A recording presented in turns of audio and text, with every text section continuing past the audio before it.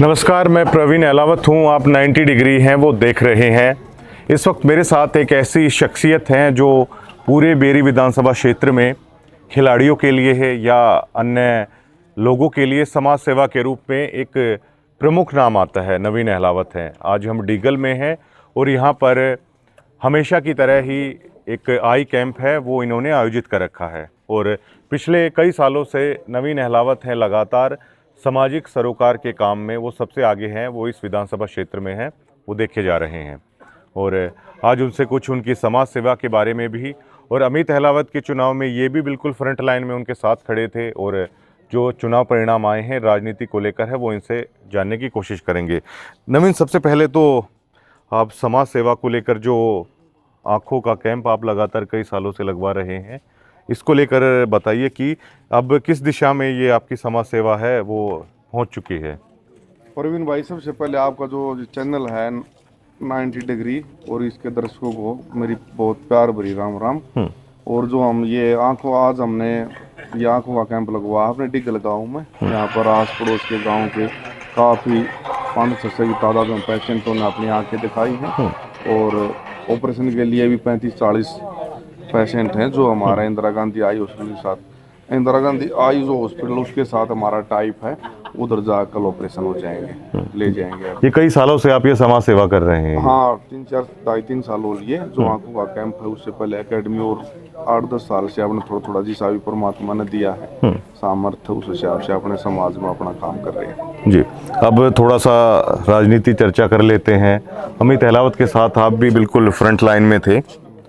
जो चुनाव परिणाम आया है बेरी का, खास तौर से एक अच्छा प्रयास आप लोगों का रहा लेकिन जीत हो नहीं पाई, तो जो वोटें आई हैं बतौर एक निर्दलीय प्रत्याशी आप लोग चुनाव मैदान में थे, उससे संतुष्ट हैं या और बेहतर हो सकते थे? और आगे का भविष्य क्या देखते हैं आप राजनीति का? देखिए, अमित भाई के लिए अमित भाई ने जो अच्छे काम कर रखे थे समाज में, हर वर्ग में, चाहे किसानों का है चाहे अपने SC-BC भाइयों में है, 36 बरादरी में अमित भाई ने बहुत अच्छे काम कर रखे थे। अमित भाई को जो 25,000 वोटें आई हैं, इसके लिए पूरे बेरी हल्के के जो वोटर हैं उनके लिए बहुत बहुत धन्यवाद है। और सदा आगे के लिए भी ये भरोसा दिलाना चाहते हैं बस जिन्होंने अमित भाई को वोट दिए, जिन्होंने ना भी दिए, तो अमित भाई ऐसा कोई भी काम नहीं करेंगे, मेरी ये उम्मीद है। तो उन वोटों को निराशा महसूस हुआ, हमने किस आदमी को वोट दे दी। अमित भाई के लिए उसका पहला चुनाव था, ये उसके कामों की वोट है और पूरे हल्के ने उसको बहुत बड़ा प्यार दिखाया है जिन्होंने वोट डाली। जो वोट नहीं डाल पाए वो एक कारण था, यहाँ पर एक बड़ी मतलब भूपेंद्र सिंह हुड्डा चीफ मिनिस्टर बनने जा रहे थे और गांव में भी अमित भाई ने बहुत अच्छे मत मिले हैं, क्योंकि गांव और गवांड अमित से नाराज नहीं था। 2 साल पहले अमित को यहाँ से भारी बहुमत से जिला पार्षद बनाया था जी। अब की बार गांव से कम 2,000-2,500 वोट बाहर चले गए, उनकी भी कोई गलती नहीं है, क्योंकि उन लोगों को अपनी चीफ मिनिस्टर की कुर्सी दिखती थी। अमित भाई से भी कोई भी लोग यहाँ से नाराज नहीं है। अगर चीफ मिनिस्टर की कुर्सी इन लोगों ने ना दिखती हो, अमित अकेला यहाँ से 80-85 हजार वोट लेता। उन्होंने इतने अच्छे काम कर रखे थे, अच्छा यहाँ पर सिस्टम मतलब लोगों का प्यार था इस चुनाव में अमित के प्रति, लेकिन कोई कारण रह गया जो उसको इतनी मत नहीं दे पाई। और 25,000 मत भी बहुत संतुष्ट हैं हम, तो मैं तो संतुष्ट हूँ भाई, बढ़िया हो गया। आगे अमित भाई मेहनत करेगा तो परमात्मा और ये बेरी हल्का उसके साथ ऐसे ही खड़ा मिला। लेकिन कुछ डीगल गांव की भी मैं बात करूं तो कुछ लोगों ने अलग हटकर चलने की कोशिश की, अमित के चुनाव को प्रभावित करने का प्रयास किया, चाहे वो डॉक्टर रघुवीर सिंह कादियान का चाय पानी उन्होंने किया या स्वागत समारोह है उन्होंने किया, तो काफ़ी लोगों के नाम हैं, लोगों के जहन में है। तो उन्होंने जो ये किया उसको लेकर क्या मानते हैं आप? गाँव का चाहे किसी ने चाय पानी का, देखो चाय पानी का प्रोग्राम तो हमारे गांव में हमारे संस्कार हैं भाई, कोई आदमी कर पाएगा उसको चाय पानी का प्रोग्राम तो करेंगे, लेकिन डिगल गाँव का कोई भी आदमी मन से उधर नहीं जाना चाहता था, वो एक मजबूरी थी सब लोगों की। ऊपर चीफ मिनिस्टर बनने जा रहा था डिगल गाँव का हर जन आदमी, अमित भाई का अब की बार मन से साथ था, लेकिन वोट गिरने के लिए वो मजबूर होना पड़ा उसको। बाहर अमित से बाहर जो वोट डाली नदी, इसका उदाहरण आप 2 साल पहले उठा लो, अमित को कितने मत दिए थे डिगल गाँव में, तो वे लोग नाराज होते तो उसको पहले मत नहीं देते। तो अमित से मेरे सामने यहाँ का कोई भी आदमी नाराज नहीं, ऐसी कोई गलती मैं नहीं मानता। किसी ने चाय पानी का प्रबंध कराया, किसी ने मत नहीं डाले, ये कोई बात नहीं होती है। आप लोग संतुष्ट मैं हैं? संतुष्ट हूँ, बिल्कुल बहुत बढ़िया मत मिले हैं और अच्छे काम करेंगे भगवान। ये लोग हमको यही आगे और ज्यादा देंगे। जी। जो कांग्रेस की जो हार हुई है 37 सीटों पर, कांग्रेस सिमट कर रह गई, कहा जा रहा था पूर्ण बहुमत से सरकार है वो आ रही है, जैसे कि अभी आप कह रहे हैं कि बहुत सारे लोगों ने केवल इसलिए मतदान किया कि मुख्यमंत्री हैं वो अब की बार हुड्डा साहब वो बनने वाले हैं, तो जो अब जो रिजल्ट आया है इसको कैसे आप देख रहे हैं? देखो, बीजेपी सरकार बनी है हम्म, और मैं धन्यवाद दूंगा हरियाणा की जनता को, नई सरकार बनी है जी। और ये उम्मीद भी करता हूँ भाई बीजेपी सरकार, नए सीएम बनेंगे, नए सब मंत्रालय बनेंगे, अब हरियाणा का प्रदेश में एक अच्छी ऊंचाइयों पर लेकर जाएं।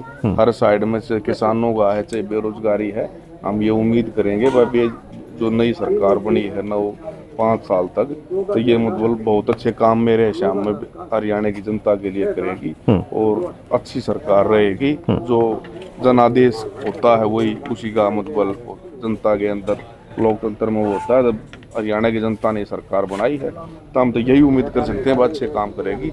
और रही बात जो कांग्रेस सरकार, कांग्रेस जीती हुई बाजी क्यों आ रही, क्यों आ रही? हाँ, उसमें चाहे कांग्रेस के कार्यकर्ता ला ले या नेता ला ले, कोई भी उसमें से हम भी शामिल हैं और कॉन्फिडेंस के कारण हम जीती हुई बाजी आ रहे हैं। हमारे नाते बीजेपी ने बहुत किसानों के प्रति, खिलाड़ियों के प्रति, मतलब हरियाणा की जनता का मन था हुड्डा साहब को सीएम बनाना, लेकिन हम अपने खुद ही अपनी जीती हुई बाजी हार गई। जनता का इसमें कोई दोष नहीं है भाई। हम जो कांग्रेस पार्टी के कार्यकर्ता हैं, पूरे प्रदेश के हजारों कार्यकर्ता हैं जी। और सैकड़ों नेता हैं कांग्रेस पार्टी के अंदर, सब ओवर कॉन्फिडेंस में होने के कारण एक पहला तो कारण ये है। दूसरा कारण परमात्मा मतलब किस्मत का फैसला नहीं होता, किस्मत तो किस्मत ने साथ नहीं दिया, कर्मगार उसका काम का मेल नहीं मिला, तो इसके लिए हम चुनाव में हार गए। कुछ सिलेक्शन ऑफ टिकट्स की भी बात हो रही है कि सीटिंग गेटिंग्स में 16 चेहरे हैं जो हारे हैं, 19 हालांकि नए जीते लेकिन 16 चेहरे हारे। ये कहा गया सर्वे में कि प्रभारी ने बार बार कहा इनको बदल दीजिए, लेकिन हुड्डा साहब अपनी मनमानी पर अड़े रहे, तो इसको कितना बड़ा कारण मानते सिलेक्शन ऑफ टिकट? कॉन्फिडेंस में आ गए, कर्म किस्मत का मेल नहीं था। अगर वो कर्म किस्मत में मेल होता और कॉन्फिडेंस ना होता तो उनकी सीट भी बदली होती। और अब तो ये कहेंगे भाई जो हमारे यहाँ से भी डॉक्टर का ध्यान बना है उसको भी बधाई, 7वीं बार विधायक बने और ये आशा और उम्मीद भी करेंगे हमारे हल्के के लिए डॉक्टर साहब अच्छे काम करेंगे, हमारे हल्के की हल आवाज को विधानसभा में उठाएंगे और डॉक्टर का ध्यान साहब बहुत अच्छा काम करेंगे। इसके लिए हम यही उम्मीद करेंगे। दीपेंद्र हुड्डा की भविष्य की राजनीति को आप कैसे देख रहे हैं? दीपेंद्र हुड्डा एक पूरे हरियाणा प्रदेश के अंदर मेहनती नेता है और मेहनत करते रहेंगे तो भाई आगे की राजनीति तो गर्म होती है। नेता काम मेहनत करना होता है, कर्म करना होता है, जो आगे परमात्मा ने जो मंजूर होगा वो हो जाएगा। कुछ चुनौतियां मानते हैं आप उनके लिए? चुनौती तो हर किसी काम में होती है, लेकिन चुनौतियां जो जिसने कुछ बनना होता है वो चुनौती नहीं देखता, वो अपना काम में लगा रहता है। तो हम ये उम्मीद करते हैं दीपेंद्र हुड्डा काम ऐसे करते रहेंगे, समाज की सेवा, वो पूरे हरियाणा प्रदेश के लोकप्रिय नेता हैं और ऐसे आगे बढ़ते रहेंगे। और यहाँ की समाज या हमारे हरियाणा प्रदेश की जनता जो मेहनती नेता होता है उसकी मदद करता है। कुछ लोग कह रहे हैं कि अब कभी नहीं आएंगे ये लोग। कौन? दीपेंद्र हुड्डा, इनकी राजनीति खत्म हो चुकी है। वाला होता है, किसी ने पता आ गया कौन नहीं आएगा। आप क्या मानते हैं? मैं ये मानता हूँ चाहे आप भी कल से मेहनत शुरू कर दो किसी भी फील्ड में, आप भी बड़े नेता बन जाओगे, प्रधानमंत्री बन जाओगे, ये किसी को नहीं पता कौन आएगा कौन नहीं आएगा। जो समाज में अच्छे काम करेगा, अच्छी सोच रखेगा, अच्छी नीयत करेगा और अच्छी मेहनत करेगा समाज के प्रति, तो वही आगे आएगा और परमात्मा उसी की सुनेगा। ऐसी कोई बात नहीं आएगी या कोई बात नहीं जी। ईवीएम को कितना जिम्मेवार आप मानते हैं? दीपेंद्र हुड्डा तो ईवीएम की तरफ इशारा कर रहे हैं। कल जज्जर आए तो कहा कि चुनाव आयोग के पास हमने शिकायतें भेजी हैं। आप क्या मानते हैं ईवीएम को लेकर? मैं इतना बड़ा विशेषज्ञ नहीं हूँ, लेकिन मेरा अपना व्यक्तिगत सुझाव है ईवीएम का कोई घोटाला नहीं है। ईवीएम की तरफ अगर हम ध्यान भड़काएंगे तो कल हम संघर्ष कैसे करेंगे? ईवीएम की तरफ ध्यान भड़का ज्यादा हम संघर्ष कैसे करेंगे अगली सरकार को बदलने के लिए? तो ये हो जाए भाई चुनाव तो होगा नहीं, ईवीएम की लड़ाई रहेगी।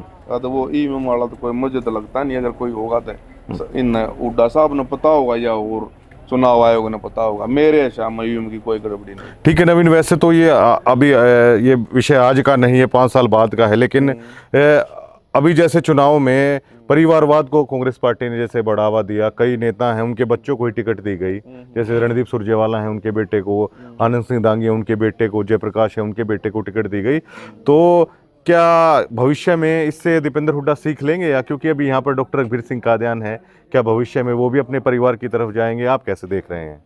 देखिए, किसी के बेटे को पोते को टिकट देना कोई गलत बात नहीं, पर मेरा मानना ये है, चाहे उस किसी राजनीति का बेटा हो या पोता हो, हाँ। या कोई अन्य सामान्य कार्यकर्ता हो, हाँ। जो समाज में अच्छी मेहनत कर रहा है, हाँ। उसकी सोच अच्छी है, उसका इरादा सेवा करने का है, उसी को राजनीति में आगे लेना चाहिए। चाहे दीपेंद्र हुड्डा हो, चाहे बीजेपी सरकार हो, चाहे एनएलओ हो, चाहे कांग्रेस पार्टी हो, तो उसी को आगे लेना चाहिए जो मतलब अच्छे समाज के प्रति जागरूक युवा और युवाओं को आगे लेना चाहिए। चाहे वो किसी राजनीति का परिवार से क्यों न हो या एक सामान्य घर से क्यों न हो। जैसे नायब सैनी बीजेपी पार्टी ने एक सामान्य घर से चीफ मिनिस्टर बनाकर एक अच्छा संदेश दिया है, अगर वही के कहा हर गरीब घर का बेटा भी चीफ मिनिस्टर बन सकता है। ऐसे हर पार्टी ने अपना अपना उदाहरण पेश करना चाहिए। राजेश जून के साथ क्या दीपेंद्र हुड्डा ने ये जिस तरह की पॉलिटिक्स है वो की, क्या उसे जायज मानते हैं आप? क्योंकि वो हमेशा राजेश जून ये कहते रहे कि मैं जीत के इन्हीं की चौखट पे जाऊंगा, लेकिन राजेश जून के खिलाफ ही राहुल गांधी को भी लिया है। 7-7 बार हुड्डा साहब या दीपेंद्र हुड्डा हैं खुद वो दौरे कर रहे थे, लेकिन उसके बावजूद है राजेश जून ने चुनाव है वो जीता। क्या इस तरह की स्ट्रेटजी को दीपेंद्र हुड्डा की आप जायज मानते हैं?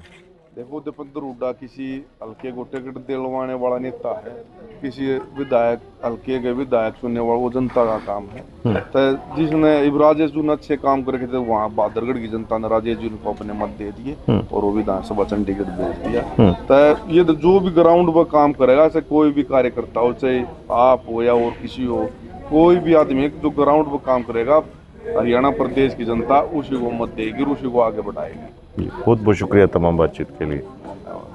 नवीन अहलावत थे और इनका भी अपना विचार है इस चीज़ को लेकर जो परिणाम आए हैं। और आज समाज सेवा में तो हमेशा से प्रमुख रूप से नवीन अहलावत सक्रिय रहते हैं। आज भी आई कैम्प्स है पूरा लगा रखा है, जो ऑपरेशन वगैरह आँखों के होते हैं वो भी लगातार पूरे बेरी विधानसभा क्षेत्र में ही सक्रिय हैं। खिलाड़ियों के लिए निःशुल्क जो कुश्ती एकेडमी है वो डिगल में इन्होंने चला रखी है। और इनसे हमने बातचीत की है बेरी के चुनाव को लेकर भी, हरियाणा में जो परिणाम आए हैं उनको लेकर भी, या ये इलाका या इस इलाके के प्रमुख आदमी है। दीपेंद्र हुड्डा की राजनीति को आगे है, अब कहाँ देखते हैं, क्योंकि कई लोगों का ये मानना है कि आगे चुनौती होने वाली है दीपेंद्र सिंह हुड्डा को यहाँ राजनीति के लिए। शुक्रिया।